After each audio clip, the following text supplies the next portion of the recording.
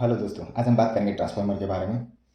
तो ट्रांसफार्मर के बारे में, उसके जो पार्ट्स हैं उसके बारे में जानने से पहले आपको ये जानना बहुत ज़रूरी है कि ट्रांसफार्मर लगाया क्यों जाता है। तो ट्रांसफार्मर लगाने का रीज़न क्या है? अगर सिंपली भाषा में कहा जाए तो ट्रांसफार्मर वोल्टेज को अप या फिर डाउन करता है।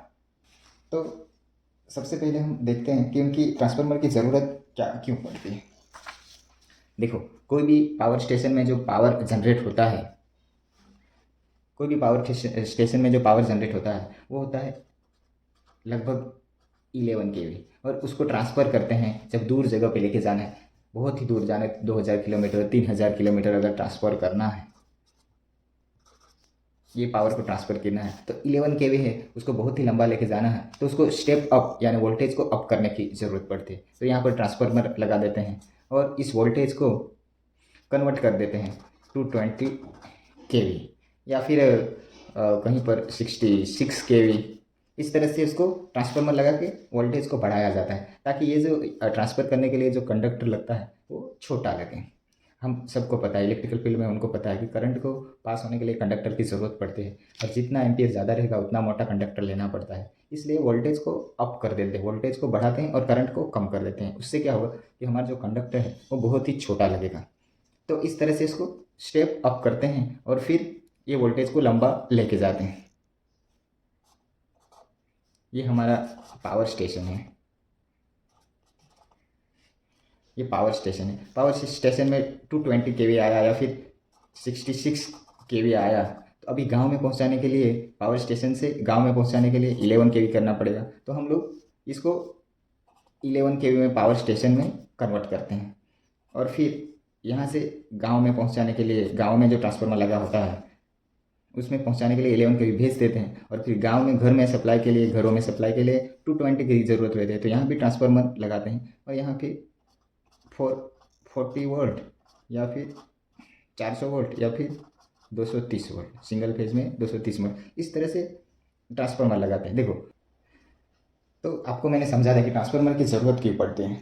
अभी हम बात करेंगे ट्रांसफार्मर के पास के बारे में। तो ट्रांसफार्मर में क्या क्या आता है,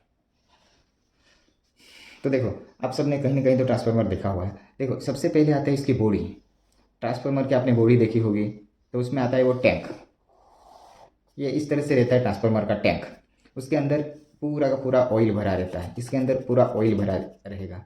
उसके उसके अंदर में एक कोर रहता है जिसके ऊपर वाइंडिंग रहेगी। जो सेकेंडरी और प्राइमरी वाइंडिंग है वो वाइंडिंग रहेगी। ये वाइंडिंग का दोनों टर्मिनल बाहर लाके, प्राइमरी साइड और सेकेंडरी साइड टर्मिनल को, ट्रांसफार्मर का टर्मिनल को बुशिंग बोलते हैं, वो आपको याद रखना होगा। तो ये टैंक में ऑयल भरा हुआ है, उसमें कोर है, उसमें वायरिंग रहेगी और दोनों टर्मिनल बाहर रहेंगे। अभी इसमें ट्रांसफार्मर में साइड में आपने देखे होंगे कि साइड में जो कोर रहते हैं, इस तरह से कोर ट्यूब्स रहते हैं, कूलिंग ट्यूब्स, जिसको हम कूलिंग ट्यूब्स बोलते हैं। जब ये ऑयल गर्म होगा, ऑयल गर्म होता है तो उबलने लगता है, उबले या ना उबले, लेकिन ये ऑयल यहाँ से पास हो जाता है। ये कोर में से जब पास होता है उसको ठंडी हवा लगेगी, उससे क्या होगा कि ऑयल ठंडा हो जाएगा, इसलिए इसमें कोर लगा रहता है। इसमें सेफ्टी पर्पज़ के लिए ये पूरा का पूरा ऑयल फुल होना चाहिए, पूरा का पूरा ऑयल ये टैंक में फुल होना चाहिए। मानो कभी कुछ लीकेज हुआ तो इसमें तो ऑयल कम हो जाएगा और उससे ट्रांसफार्मर क्षतिग्रस्त होने का चांसेस है। उसके लिए क्या किया जाता है, इसके ऊपर में एक कंजर्वेटर लगा के रखते हैं, तो इसमें भी आधे तक ऑयल भरा हुआ रहता है।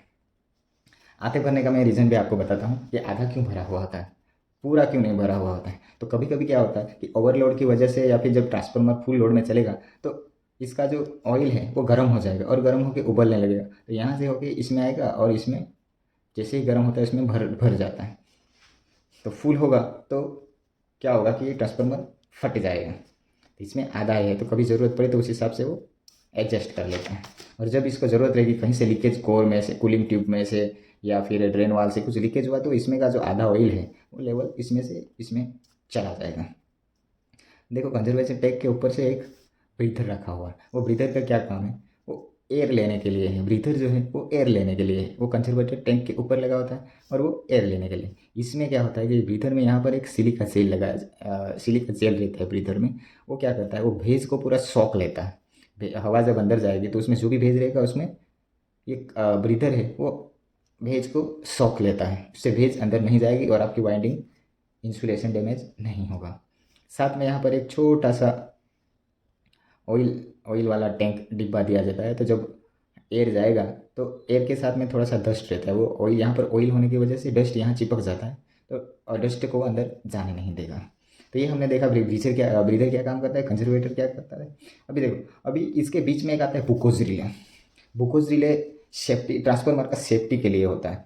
जब भी ऑयल ऑयल बहुत ज़्यादा गर्म हो जाता है तो उस टाइम क्या होता है कि ये जो बुकोज रिले है इसमें एक स्विच रहते हैं। जब डिसाइडेड डिग्री है उससे ज़्यादा हो जाए तो ये जो बुकेज रिले है, वो बुकेज रिले क्या करता है, ये ट्रांसफार्मर को वीसीबी के द्वारा बंद कर देता है।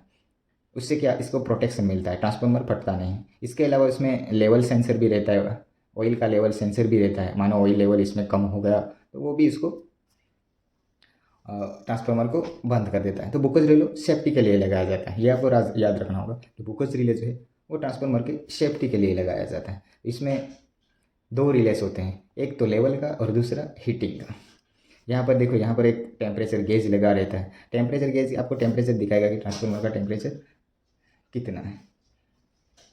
इसके अलावा मानो ये सेफ्टी वाला जो ग्लूकोज रिले है वो फेल हो गया तो उसके बाद टैंक में तो ऑयल जो है वो बहुत ज़्यादा गर्म हो जाएगा और उससे ट्रांसफार्मर फटने का चांसेस होता है। तो उसके लिए क्या किया हुआ होता है कि यहाँ पर एक देखो एक्सप्लोजन वेंट दिया जाता है। एक्सप्लोजन वेंट जो है वो क्या करेगा, जब भी आपका ऑयल बहुत ही ज़्यादा गर्म होगा और उबलने लगेगा तो यहाँ की जो बॉडी है वो बहुत ही कमज़ोर दी जाती है, जिससे क्या होगा कि ये यहाँ से फट जाएगा और आपका जो भी ऑयल है वो बाहर आ जाएगा। इससे ट्रांसफार्मर डैमेज नहीं होगा, इसलिए ये एक्सप्लोजन वेंट दिया जाता है। कोर का आपको मैंने पहले ही बता दिया कि कोर को किस तरह से वाइंडिंग किया जाता है। इसमें ये देखो, ये हमने सिंगल फेज ट्रांसफार्मर देखा है, तो इसके अलावा 3 फेज ट्रांसफार्मर भी आता है। उसमें कोर टाइप आते हैं, सेल टाइप आते हैं। तो आप लोगों को वीडियो कैसा लगा, शेयर और सब्सक्राइब जरूर करना। धन्यवाद।